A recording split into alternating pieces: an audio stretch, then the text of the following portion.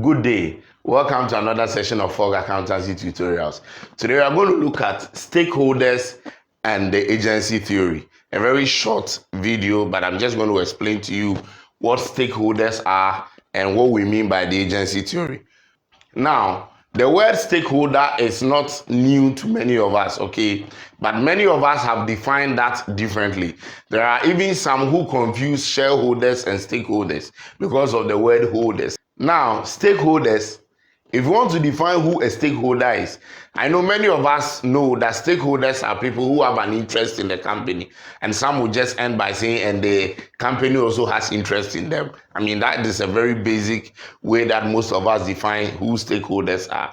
Those that have an interest in the company, and the company also has an interest in them. And in defining that way, you are not entirely wrong, okay? But I'm just going to spice it up for you. And also, I want you to understand that a shareholder is just an example of a stakeholder. We have so many other stakeholders apart from shareholders. Now, a stakeholder is someone. Now, there are three key things in the definition of a stakeholder that you should take note of. And I'm going to put them on your screen for you to look at. Now, a stakeholder is someone or any party that has an interest in the company. So that is the first one that most of us are aware of, that the stakeholder has an interest in the company, and then also a relationship of some sort with the company, and then finally can exert influence over the company. So these are the three things that a stakeholder, for a party to be classified as a stakeholder of a company or an organization, that party must, one, have an interest in the company. So you should have an interest in the company. And then two, you have some sort of relationship with the company. So there is a relationship with that party and the company. And the final thing that you should know is that they can exert some influence on the company, a level of influence on the company. That makes the party a stakeholder. So before you judge whether a particular person or party is a stakeholder, these are the three areas that you need to consider. That one, does the person or party has an interest in the company? Two, do they have some sort of relationship with the company? And then three, can they exert some influence on the company? These are the three things that make some party or some person a stakeholder or otherwise. So I have given you the full glare of the definition of a stakeholder. Now, let's move on to list some examples of stakeholders of a business, general, okay? Examples of stakeholders.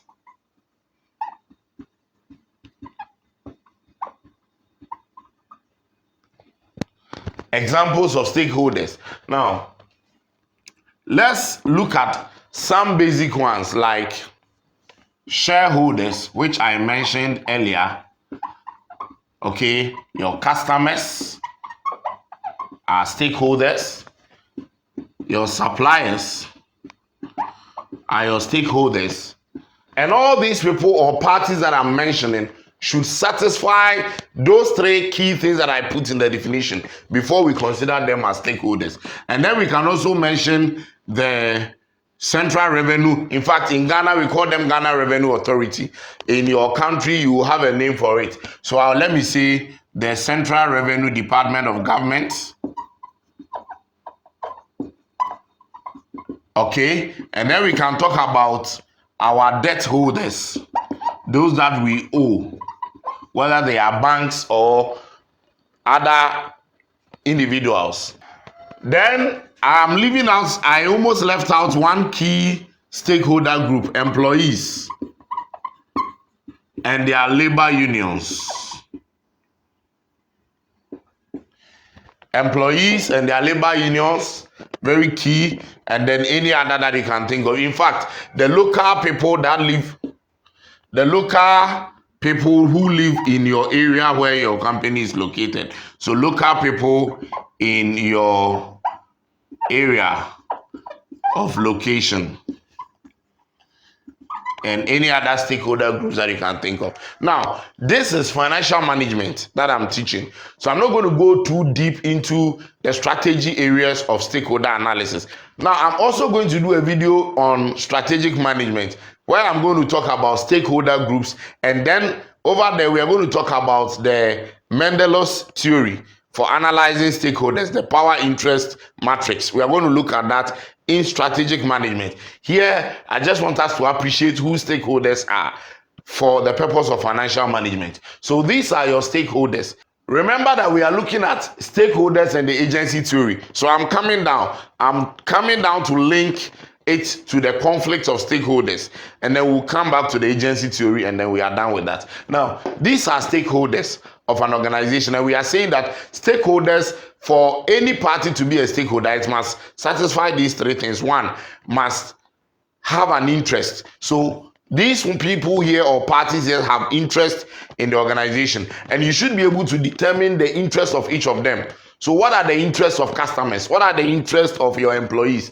Those are the questions you should be able to answer as an organization or as a company. So what are your interests? The interests of your employees. Your employees are interested in their salaries, their bonuses, their conditions of service, their job security, and how you can improve it for them. If you look at your customers, what are their expectations? Their interest is the fact that you deliver to them the quality goods with affordable prices. What are the interests of shareholders? Wealth maximization. What are the interests of suppliers? That you continue to do business with them, you'll be able to pay your debt as and when they fall due. What is the interest of government revenue department? That you'll be able to pay your taxes. So we can go on and on and on. What I want you to understand is that each of these stakeholders has an interest, and that is the first requirement for even being a stakeholder in the first place. Now, the next thing is that you have some sort of relationship with the organization. I said it. So if you look at shareholders, yes, they have a relationship. They are the owners. If you look at the customers, they buy from the organization. They have a relationship. If you look at suppliers, they supply goods. They have a relationship. If you look at the government, they have given you the license to operate. They have a relationship. Debt holders, what are their interests? That you'll be able to pay your debt. They also have a relationship with you. So that also satisfies these stakeholders that I have mentioned. And finally, they can exert some kind of influence on the organization. Now, shareholders can exert influence on the organization, okay, because they are the owners, and they can decide to stop investing or putting in their money, and the organization collapses. Now, customers can exert some kind of influence. If you produce and they don't buy, you go down. Suppliers can exert some form of influence, especially when they are enjoying monopoly, okay. So that is it, or they are the ones that can supply to you to meet your requirements. And then government and their revenue department can even seize your license of operations. So there is some kind of influence that each of these stakeholders can exert on the company or the business. And that is what qualifies them. So I repeat again that to be a stakeholder, you must, one, have an interest in the company, two, have a relationship with the company, three, will be able to exert some form of influence on the company.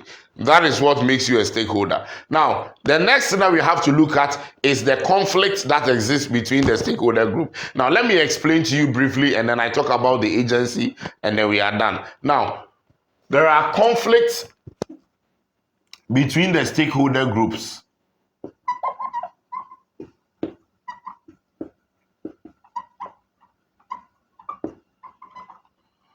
Now, there are conflicts. Now, these stakeholders are at conflict with each other, okay? Now, for example, let me just give you an example of a conflict. Look at shareholders. Their interest is that you give them maximum return on their investment, give them higher dividends, and then so in paying them higher dividends and higher earnings per share, higher profits, those ones, it means that you need to pay less of salaries. Now, employees are also demanding increase in salaries. So if you use most of the profit to also pay salaries, then it means you are reducing the return to your shareholders. So there is that conflict between employees and your shareholders. And as an organization or as a manager, you should be able to know how to manage these conflicts. Now, if you look at customers and suppliers, there is a conflict, okay? Whilst suppliers are demanding their money from you, customers are not paying you to go and pay them. So that kind of conflict exists. So there is a conflict, a level of conflict between most of these stakeholders. Then also we can even look at shareholders and debt holders. there is a conflict between them. These ones are looking for more of the return or the earnings, but then the debt holders will also prefer to charge higher interest. And by taking more of the interest, it means that less money will be left for the shareholders. So the shareholders are always at a suffering point. And then also you look at customers and employees, there is a kind of conflict, because if employees are demanding higher salaries and higher conditions of service, it means that you may be forced to increase your prices to generate revenue, and by so doing, customers will suffer for paying for that increase in price. So what we are trying to say is that between and among these stakeholder groups, there is always a growing conflict of interest, and it is the duty of the manager or the financial manager or the management of an organization to be able to manage these conflicts very well, so that you'll be able to balance and still continue to achieve your goals as a corporate organization. So that is what we want to talk about in relation to the conflict. Now, I want to talk about the agency theory, and then I'll talk about the agency problem, and then we'll be done. All right, so let's look at the agency theory.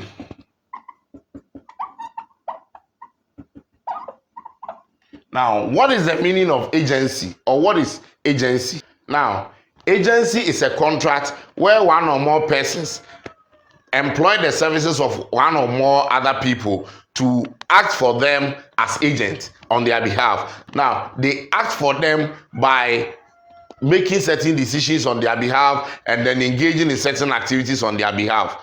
Okay, now this contract of agency brings into play two different groups of people. The first one is the principal and then the agent. Now, in an agency contract, there is always a principal and an agent.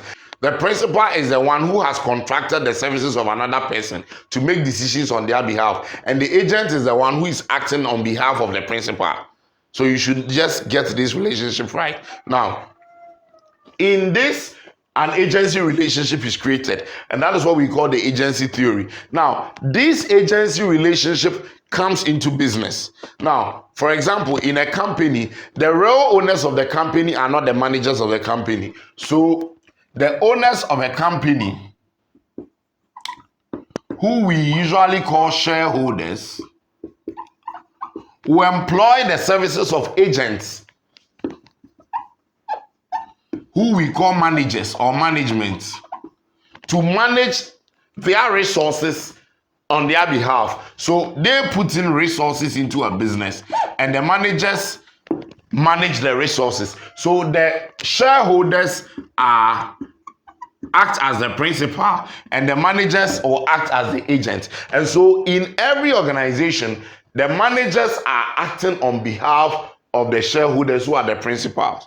Now, this activity, or we call it divorce of ownership and control. So this creates something that we call divorce of ownership and control.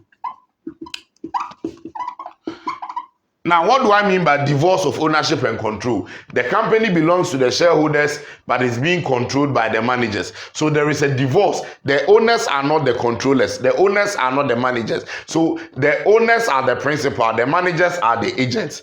Okay, and this divorce of ownership and control creates or can lead to a problem that we call the agency problem.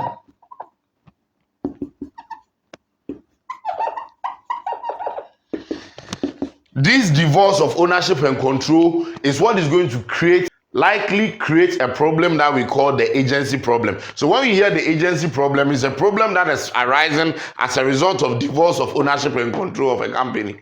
Now, what is the agency problem itself? That is what I'm going to define finally. We are saying that we have defined what an agency contract is, and we have related it to a business context. And we are saying that the principals are the shareholders act as the principal, and the management acts as agents. And so there is a divorce of ownership and control. And this divorce of ownership and control will lead us to a problem that we call the agency problem. So now let's define what is the agency problem.